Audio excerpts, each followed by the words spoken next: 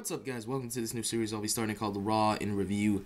I'm just doing this to add a little bit of variety to my channel instead of just posting gameplay all the time. Just kind of do reviews of a sport I really enjoy. Yeah, I was going to do golf, but that would be way too boring for you guys. Anyway, okay, so if you're not familiar with what I'm talking about when I ain't Raw, WWE, if you're not familiar with that, then utilize Wikipedia or something like that because I am not going to provide any links. Okay, so this Raw started off with Raw and SmackDown General Manager John Laurinaitis saying that the WWE Universe should be thankful that he brought back Brock Lesnar to the WWE, especially after Brock engaged in a vicious showdown with John Cena at Extreme Rules. So I think what Big Johnny was talking about when he said that was that the vicious onslaught that Brock Lesnar had or did on John Cena would kind of get him fired if he wasn't didn't have that special privilege contract, but Brock Lesnar came out to reaffirm the GM's words. But before he could get too far, Triple H made his way to the ring as the crowd just went crazy. Triple H put his foot down and stated that Brock's days of supposedly holding up the WWE were through. The game told Brock that no superstars in WWE and that the contract demands he bullied out of Laurinaitis are null and void. According to Triple H, if Brock wanted to continue to compete in WWE, he would have to do so under the original terms of his contract, and not under the terms negotiated with Johnny Laurinaitis. As Triple H turned to address Laurinaitis because Johnny Laurinaitis wouldn't shut up, he claims that he was being disrespectful. Brock flew into a crazy rage and attacked Triple H from behind, and then he broke his arm with the Kimura lock, which is like a sort of jiu-jitsu, beginner jiu-jitsu MMA.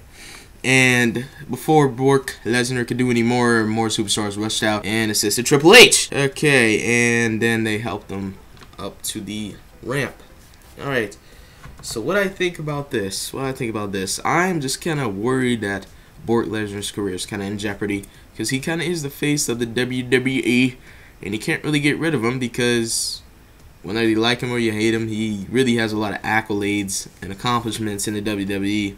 So I wouldn't really count him out right now if I was the WWE. But I don't know what the storyline will go to. I have no clue. I don't write the storyline. Okay, and I was also contemplating what the consequences may be for Brock Lesnar attacking Triple H. Will he not have any consequences? Alright, so next, the Raw and SmackDown GM Executive Administrator Eve announced to the WWE Universe that the #1 contender for the WWE Championship will be decided by a Beat the Clock challenge, which is sometimes what they do most of the time on Raw Super Show tonight. So after the 5 Beat the Clock matches, the superstar who wins in the fastest time goes on to face the WWE Champion CM Punk in 3 weeks at Over the Limit. You already know the deal.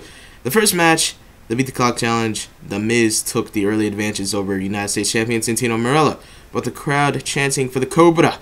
Santino mounted a rally and appeared to set a land to the decisive strike. He almost had the Cobra. The Awesome One cannot be denied, though, and dodged the Cobra's venom to win the first match of the challenge with the time to beat of 4 minutes and 18 seconds. I kind of speculated before that was like roughly 4:20, but I guess I was wrong. So basically, The Miz picks up the win over Santino Marella. That had been for the United States Championship, then Santino Marella wouldn't have it anymore. Simple as that.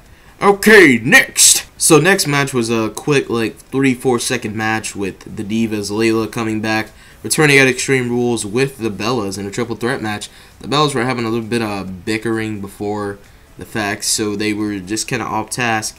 And Layla capitalized on that and drop kicked one of the twins into another and got a roll-up pin on one. So that's that. Alright, next in line. Oh yeah, also the Bella Twins got fired by Eve. Sad face. Next. So the next match in line was Chris Jericho versus The Big Show, which was a Beat the Clock challenge. Now this one's kind of weird. So obviously they both came off of loses at Extreme Rules. Big Show lost to, I can't remember, Daniel Bryan, I think. And Chris Jericho lost to CM Punk. So Chris Jericho battled really hard to try and beat The Miz's time, which is like 4 minutes and 18 seconds roughly, I believe.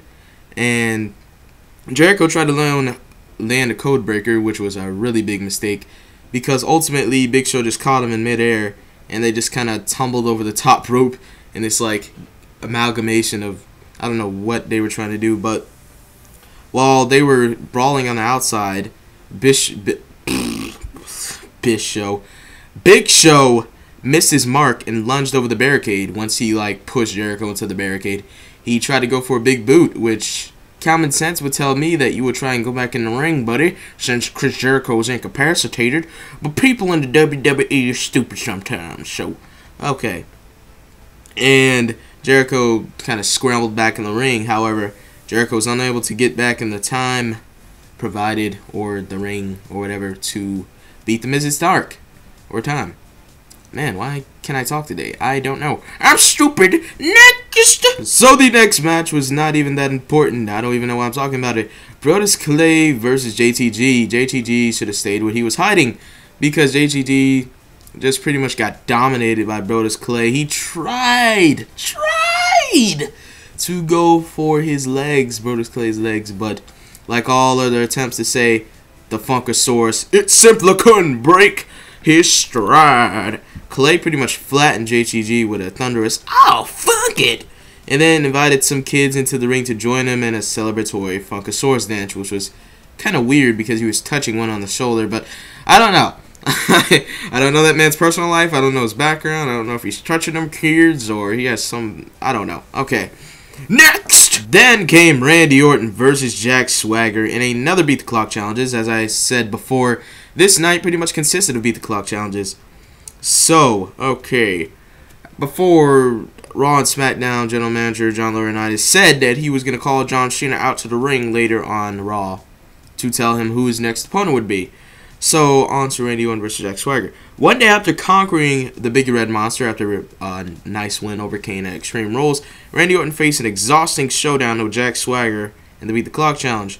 The Viper found his second wind, though, and leveled Swagger with a wicked DDT off the second rope. Yeah, that hurt. And followed by an RKO to beat the clock with 2 seconds to spare. 2 seconds. 2! And Orton powered his way right into the driver's seat with time to beat a 416 as The Miz looked on from backstage area in frustration. "You couldn't do it, Miz. You couldn't do it. I'm sorry, you're a failure." Next! Alright, next match. Kofi Kingston and R-Truth, or Lil Jimmy if you want to count him as a person. Primo and Epico. Okay, so pretty much Kofi Kingston and R-Truth won the Tag Team Championship. I didn't even realize that the match was for the Tag Team Championships. I weirdly wasn't paying attention. I was eating cake, people. So Primo and Epico pretty much had struggled as of late in non-title matches, but they always delivered when the titles were on the line. That wasn't the case this time around. However, as the high-flying duo of Kingston and R-Truth fed off each other's energy to overwhelm the conflict WWE Tag Team Champions, Rosa Mendes jumped onto the ring apron in an effort to provide a timely distraction, but the move backfired. I thought that was pretty ironic, as Kingston hit Trouble in Paradise for the 1, 2, 3. Okay, and then after the match, there was kind of a little bit of segment. AW, or that really muscular dude, tried to kind of bandwagon or bolster his case to represent Primo and Epico as their tempers flared in the backstage. Judging by his defeat, AW may have his best chance yet at convincing them to get on board as his clients. So pretty much the AW guy is trying to convince them to work with him. So hopefully that'll work out. Okay, roll next. Alright, so the Great Khali versus Kane, the Big Red Monster.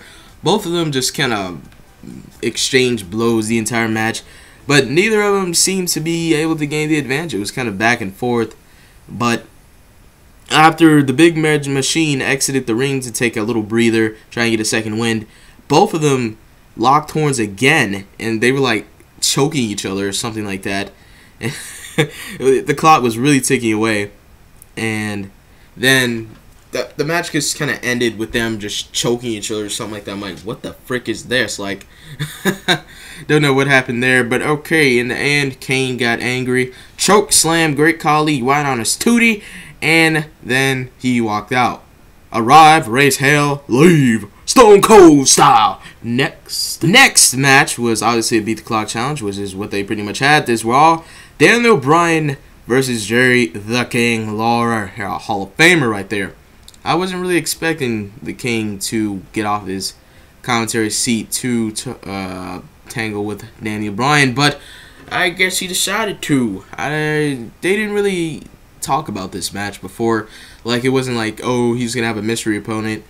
I didn't even know Daniel Bryan had a match. So, pretty much Daniel Bryan's reaction to finding out the identity of his opponent was a resounding, yes, yes, yes, as I say, no, no, no.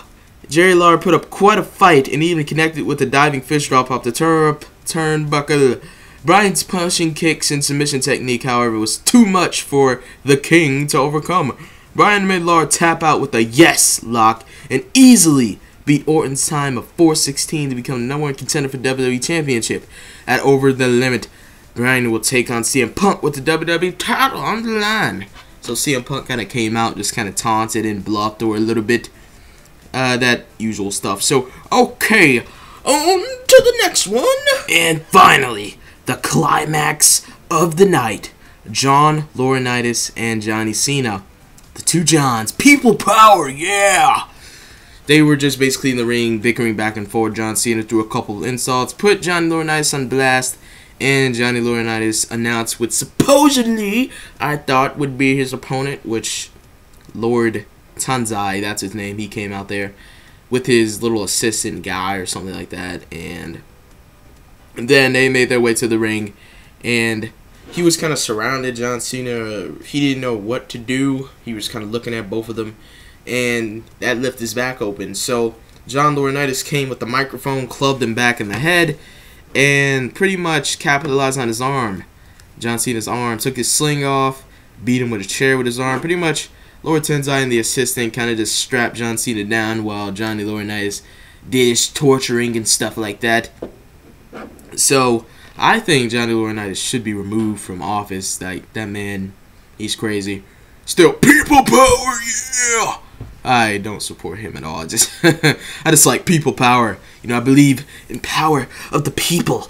Yes, yes. And then John Laurinaitis did this kind of really, really disrespectful John Cena, you can't see me type of crap. So that kind of capped off the night, and I just kind of felt like throwing my sock at the TV or something at Laurinaitis, putting my smelly socks in his face because he's such a meanie.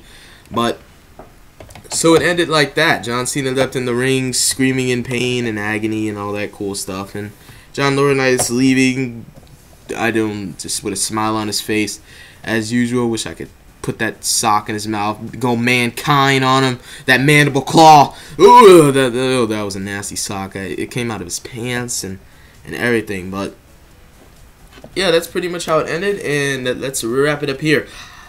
Well then, I'd like to thank you all. If you stayed through the entire video, I'd like to thank you for watching. Thank you very much. I might do a SmackDown review, and maybe even NXT. This might be a weekly thing, bi-weekly thing. I'm not sure. Whenever I get the time, because I'm testing and stuff now. So, well, that'll only be 3 days, but study for finals. I don't know. I'll do these once I get the time, or whenever I feel like Monday Night Raw is important enough. So, in conclusion, I'd like to thank you all for watching. I hope you end my stay, and goodbye. Goodbye.